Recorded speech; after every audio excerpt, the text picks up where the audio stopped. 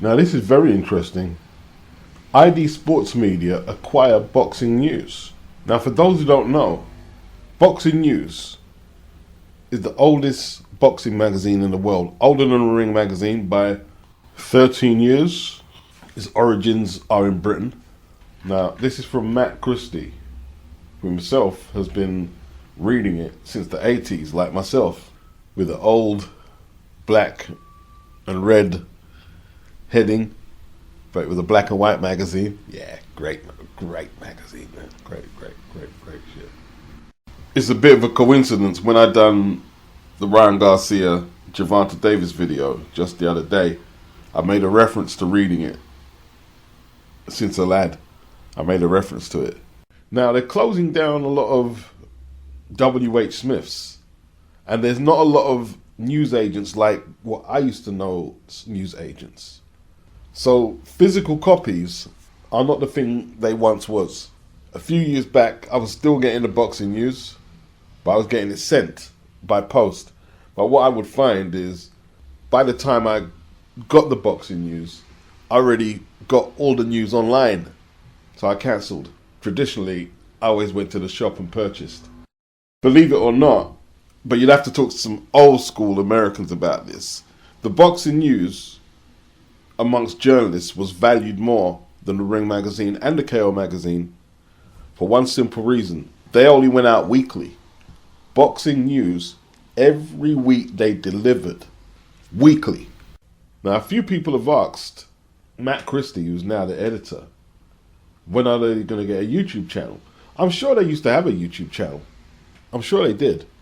They just didn't pay much attention to it. They were still probably in the mindset that they're in the magazine business more than the social media business. Yeah, I'm talking to you as I'm reading it. They said they launched one years ago, yeah. But you know, they're getting a little artsy and fartsy with their wordplay there, you know what I mean? I'll break it down for us normal individuals. Basically, the paymasters weren't willing to invest into it. You know, we're going back 2013, and I guess social media and boxing was very much in an experimental stage. So they didn't go further than what they did. So ID Boxing formed last summer. Rob Tebbett, very ambitious. He leads the charge there. So I'm still reading through the article, and I want to find out what advantages they will have over regular YouTube channels by acquiring the magazine. Now, once Boxing News started to focus on the online distribution of their content, a lot of people complained, you know, because you know, you go to Boxing Scene, you go to Ring Magazine, you go to all these other magazines, and they'll just give you the whole articles. You just click in and you read. Boxing News was giving you maybe 2/3 of the article, then cutting it off and then saying, oh, you have to pay to access the rest of the content. And maybe some diehards, some real Boxing News diehards would buy into that. But for the most part, most people just said, yo, screw you. So ID Boxing will now become Boxing News. They're boasting about producing groundbreaking visuals and audio feasts. So the Boxing News will still be available in the shops. What shops? This ain't like, you know, back in the day, people used to order their magazines and their newspapers from the shops and just go collect it. I don't think they do that now. There's not that demand for magazines and newspapers no more. I mean, you can get free newspapers on the train and on the bus. People are accessing all their news, entertainment, sports, music online. They'll pay for what they want to pay for. A lot of it they're getting for free. Like, I had an arrangement with the Indian guy at his news agent. Yo, make sure you reserve a Boxing News for me every week. No problem, man, no problem. One Friday I got there, and I'd go in there, and normally he said, yes, I've got yours reserved under the counter. Or I just go and pick one off the shelves. And he's on the counter all the time. He owns the shop. One time I got there. Yo, my man, Where's the boxing news? Yo, my man, you got my boxing news? He kind of glimpses under the counter. No. I said, you sold my boxing news, didn't you? You sold it. And he wouldn't answer. I said, motherfucker, how many years? Because I'm talking years now. Religiously, every Friday, I'm here. Every Friday, I'm here. Not even Saturday. You never see me there Saturday. Friday. Without fail. And although it's not official, it's official to me. Yeah? He's got my name. And I told him, if I'm not there, I'll get my girl to come get it or someone else to come get it. They'll pay you and they'll give you my name. And sometimes we have to run it like that. Yeah? I didn't want a chance leaving it till Saturday. Always Friday. Friday's Boxing News Days. For those who are old school with it, Friday's Boxing News Day. My man sold my boxing news. And I didn't cuss him out. I didn't curse him. I lectured this guy on principles, morals, and right and wrong and everything for an age. And I didn't let it go. I didn't let it go because I was pissed. I was pissed. Just brought major disruption to my Friday. You know what I mean? I thought I'd share that. Well, DAZN, we're on the big stage on Saturday. $85 is what the people from across the pond had to pay to watch Tank and Ryan. But all they got was delays and buffering streams and struggled to access the broadcast. DAZN, they went to Twitter. They apologized, but fans were left fuming with issues even after the first bell. DAZN bizarrely said our customers are experiencing small delays in accessing the pay-per-view after buying it. When I heard a few people say they didn't access none of the fight at all. Thousands of people said your app is too expensive to be broken tonight. Now, this isn't the first time they've had to deal with a lot of volume. They done Triple G and Canelo last year, and it didn't appear to be any complaints. There may have been, but I didn't hear none. Now, from what I hear, there's no refunds available, but apologies are not cutting it. And for anyone saying that, yo, you're a shill, if I was a shill, I wouldn't cover this. I don't need to cover it, but it's not acceptable. Thankfully, we didn't have to pay pay-per-view over here, and 4 or 5 a.m. accessing it on the PC wasn't going to be an issue like it was across the pond. It looks like DAZN are going to have to acquire a satellite channel like they've done in the UK. They have Sky now. They're also available on Virgin Media in the UK. The app is still new technology, and until then, a satellite TV channel is the more reliable option. Now let's take it back to good old Blighty, the home of what normally is the reasonably priced pay-per-view. £19.95 Sky. June the 17th, we'll see the return bout between Chris Eubank Jr. versus Liam Smith. Eubank said he was always going to take the rematch. The other theory is that he didn't want to go through the issues with his boxing license with the British Boxing Board of Control. He also said he wants the fight to happen in the UK. Let's not forget, it was set to jump off at the O2 last year until Conor popped. So we're back with this fight here. I will pay for this. Can Eubank find the intensity? It looks like, from what I saw in them training sessions, they're trying to get that intensity back. He says he won't allow Liam to get in with a strike that he did last time, which was definitely the elbow. Whether it was intentional or not, it was well delivered and it incapacitated Eubank. Eubank said normally when he gets hit, he sees a little white light, quick flash, and then he's back again. This time, when he got hit, he saw a dark flash. That's what he said, a dark. No, you don't get dark flashes. Flashes are normally white. Is the punch resistance deteriorating? Is it going to get any better at 32? Is he deluding himself that Liam Smith landed once in a lifetime strike, whether it was elbow or fist? He did hit him enough times with the fist too. Is Roy Jones the right guy to train and guide him for a victory against Liam Smith? Can Liam finish Eubank's, not finish it, I'm not going to say finish his career because that's up to Eubank if he carries on, if he loses again. Can Liam repeat his victory? He won't want to go out like a one-hit wonder, like, okay, this is business as usual. Eubank just made a little misstep first time around. Massive rematch fight. First rematch in Eubank's career. I remember Liam Smith rematching Liam Williams and winning both. The first one was very controversial. And yes, Liam was dirty in that fight. from what I saw at the press conference, Eubank will probably still be a bookmaker's favourite going in. So a lot of people, or at least the bookmakers, are not convinced that Liam Smith wasn't a little fortunate last time out in the Manchester arena. But we shall see. Complex personality. Tyson Fury accused of holding up Saudi tournament by Usyk's team, with Anthony Joshua and Deontay Wilder on board. Joshua's chomping at the bit, and so is Deontay Wilder. They want to knock each other out. Usyk wants to fight. They're saying Tyson Fury is the only fighter holding a potential four-man tournament from happening in December, claims Alexander Usyk's manager. Krashuk, who manages Usyk, says Fury's complex personality has proven to be a major obstacle in the discussions. Klimas, I guess you would call him / promotion and management, he told BT Sport, from my perspective and from my experience, AJ is not very complicated to deal with. Deontay Wilder and Shelley Finkel are very reasonable people. We got in touch with him a couple of weeks ago for the first time in 10 years, and we had a quite long conversation. I didn't think it would be a big challenge for anyone to make a deal with him. He then added, Alexander Usyk and his team are known to be the easiest people to deal with in the world of boxing.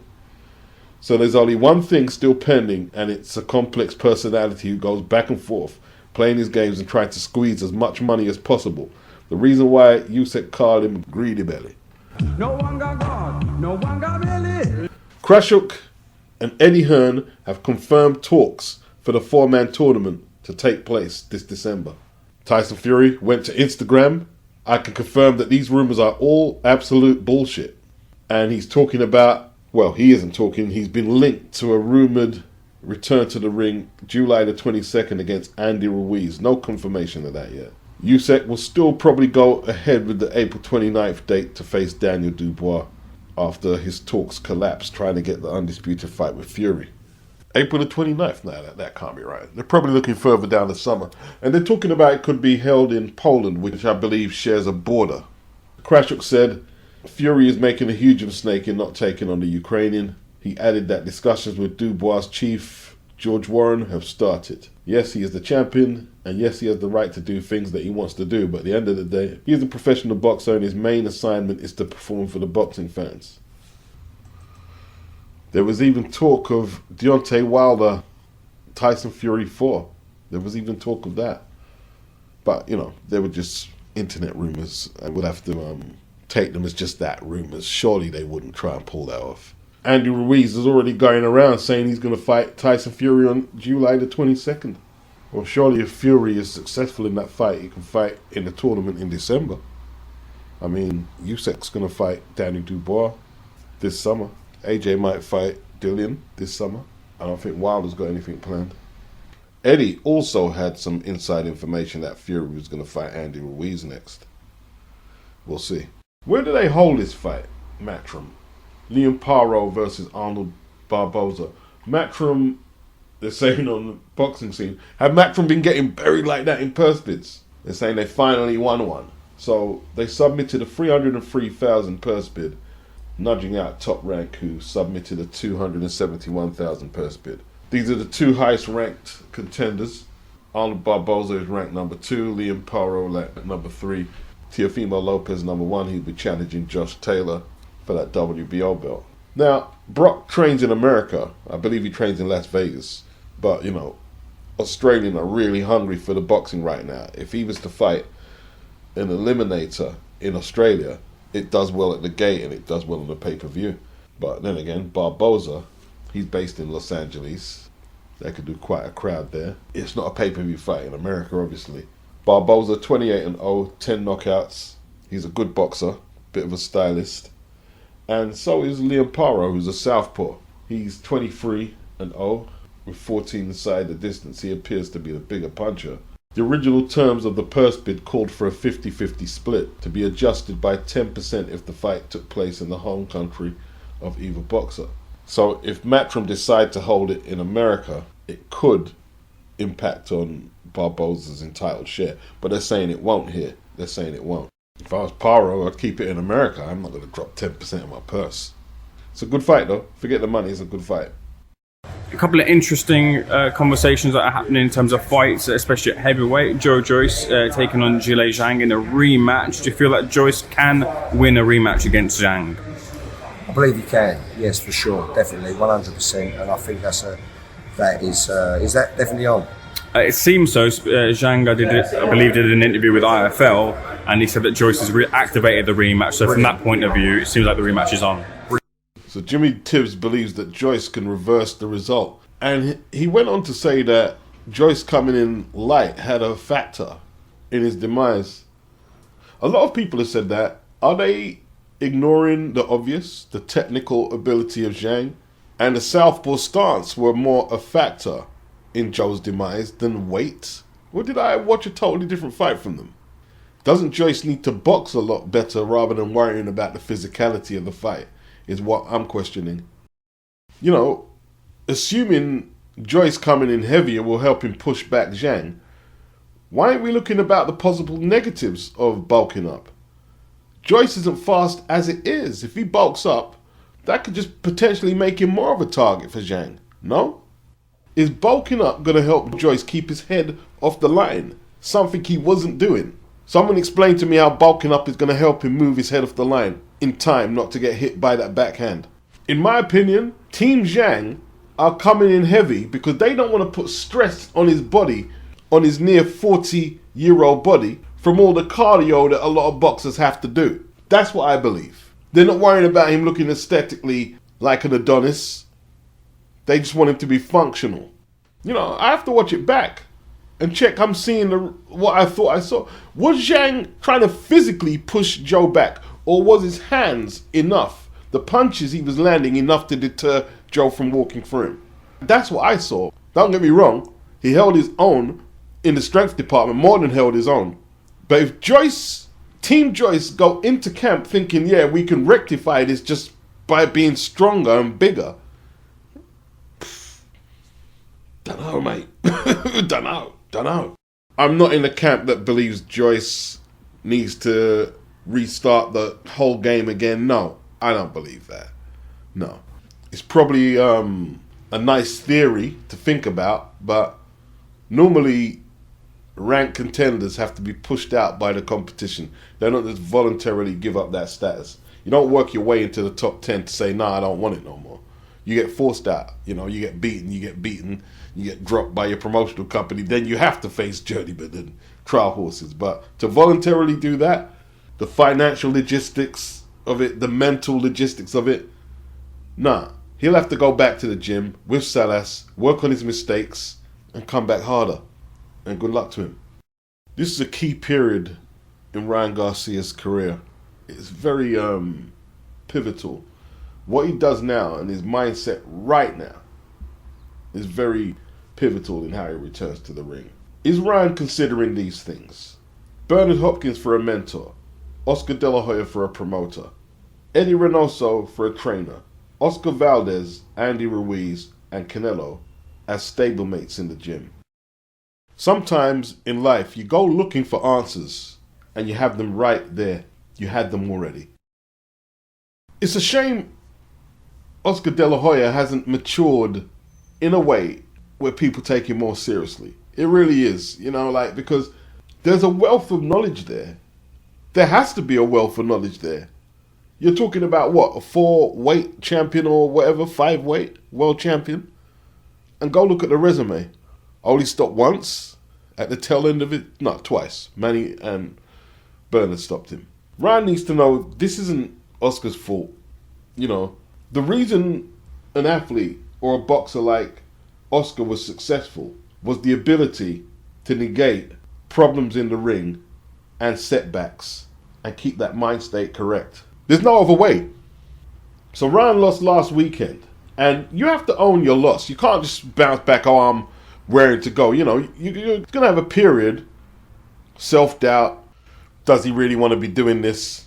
But at the same time, you can't switch off as a boxer. You might want to switch off, but you can't switch off. You have to stay in mode at all times. There's no switching off. Once you switch off, you might not switch back on again. What Oscar said, addressing the future of Ryan, is very pivotal, but Ryan doesn't value what he has. He doesn't value the support system he's had. From Oscar to Bernard, to Shane Mosley, to Canelo, to Oscar Valdez, Andy Ruiz, and Reynoso.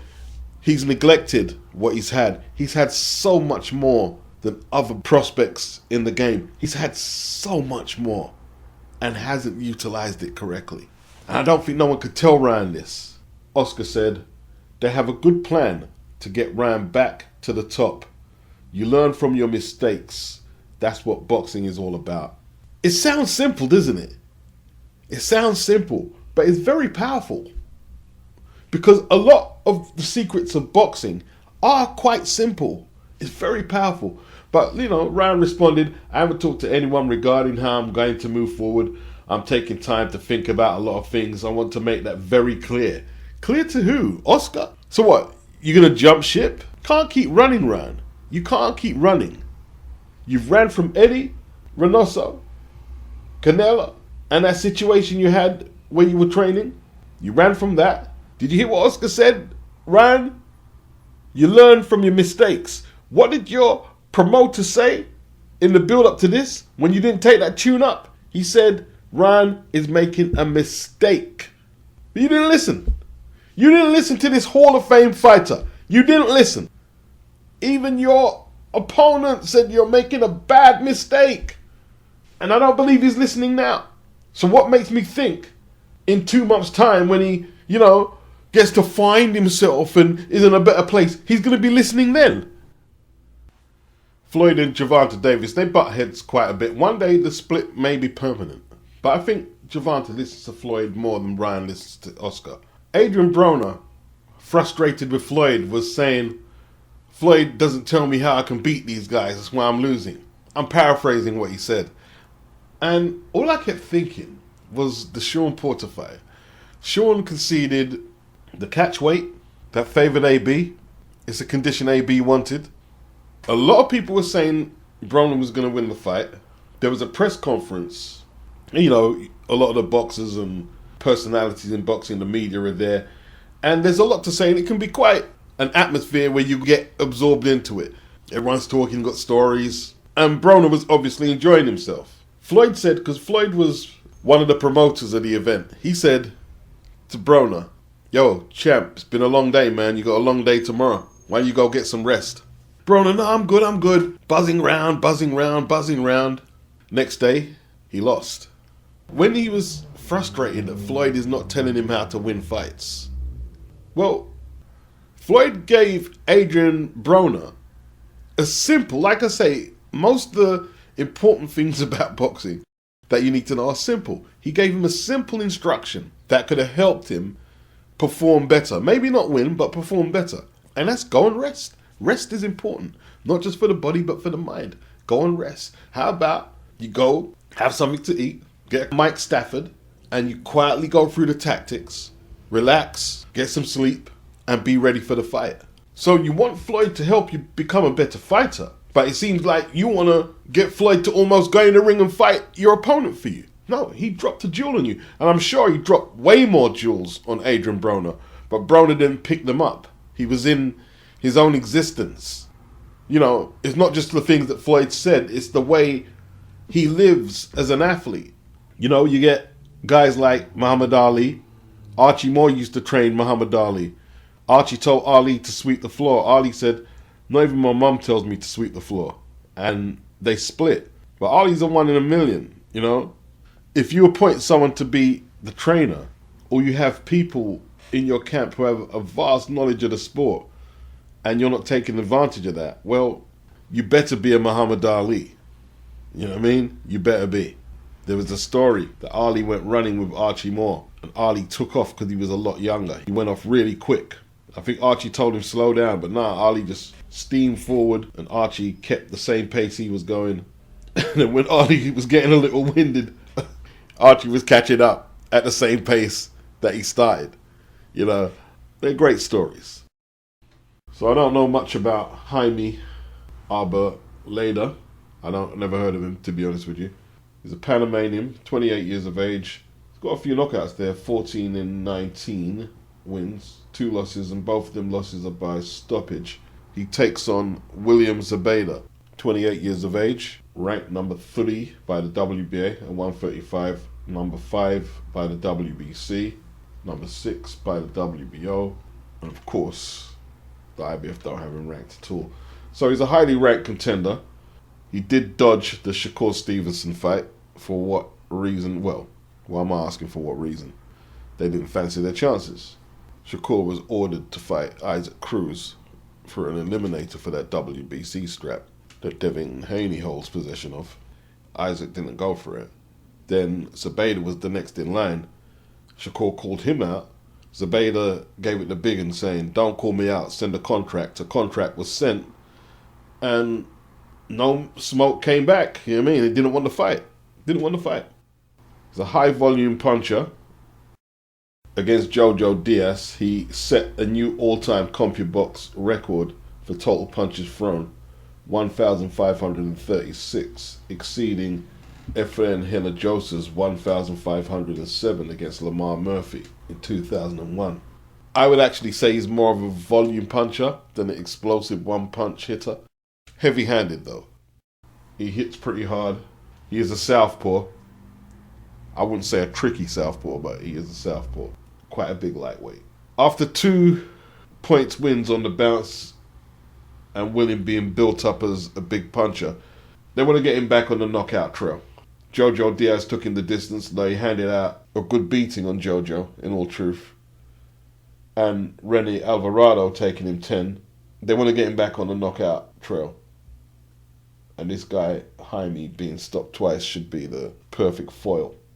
ZEPEDA, 27-0, 23 the distance, no losses, no draws. The fight will be in Arlington, Texas. The card will take place on DAZN, Golden Boy. ZEPEDA resides in San Mateo, Mexico. That's where he was born. Hasn't been a great week for Golden Boy. Hasn't actually been a good year for Golden Boy. Hasn't been a good last couple of years. So, you know, they'll be looking for a big knockout win from this guy. Or if not, just get the W. Just get the W till they can get the likes of Virgil Ortiz on the mend and back in the ring and rehabilitate Ryan Garcia after that loss last week. If this Arboleda is vulnerable around the cheeks, well, I think one of the losses was to body shots. But if he is vulnerable to heavy punches, ZEPEDA should get him out of there. Oscar's nephew, Diego De La Hoya, he's on the card. Well, Marco Antonio Paraban still fighting. He's fighting David Stevens, who's 12-0. Frederick Lawson's on there. Did I hear Jonathan Rice was on the card? A last-minute bout that's been arranged. If there's any doubt that Anthony Joshua wants this fight, like he wanted to fight in 2019, I don't know. Look, if he goes in there and knocks Wilder out in 20 seconds, there will still be people saying he won't fight Wilder after he knocks Wilder out. That's the truth. I can only talk from my point of view as an Anthony Joshua supporter. If I thought he was ducking smoke or he was afraid of smoke, there's just no way I'd support. There's just no way. I'm not even concerned about, I see what Anthony Joshua is doing. This is the second time this week. He's made sure everybody knows he wants to fight. He wants to put it out of everyone's head that he's avoiding the fight. I don't know why he does that. Like, anyone who really knows Anthony Joshua knows that he's not afraid to fight the best. He's not afraid to fight the best. But I understand why he's doing it. I hope the fight happens. I'm more worried about Wilder not turning up. Come on, champ, let's go. Live man, live life. Hey, bro, you're gonna be Wilder, though. That's what's happening. You know what's going on. December, yeah? It's public news, bro. We're getting it down. We're throwing it down in December. You better get that W, man. God willing. Come on, bro. Yeah? And same to you, bro. Make sure you win this year. Come on, bro.